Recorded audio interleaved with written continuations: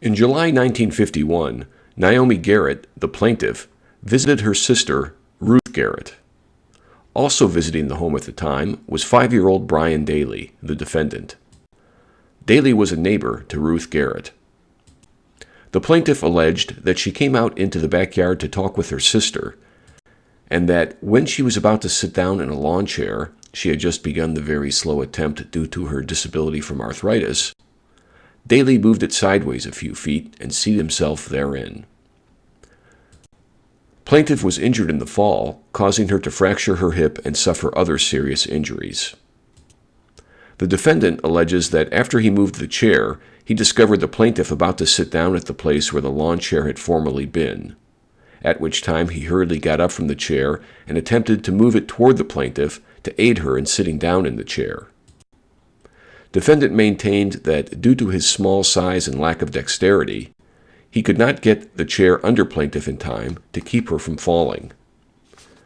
The only 3 persons present during this incident were Ruth, Brian, and Naomi.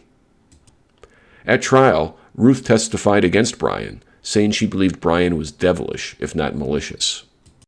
Naomi did not testify against him, she only testified as to her injury.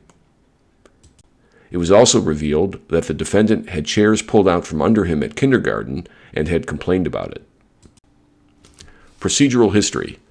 The trial court accepted the defendant's version of the events, that he was attempting to move the chair toward plaintiff to help her in sitting down in the chair. The Superior Court for Pierce County in Washington State found in favor of the defendant in an action for assault and battery. The plaintiff appealed. Issue: whether a 5.5-year-old boy can be liable for battery when he is substantially certain that a person would sit down under the chair he had moved.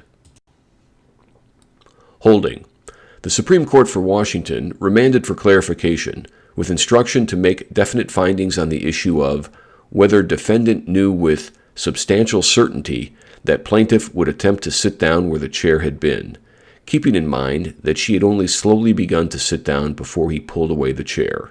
If so, the court was to change the judgment.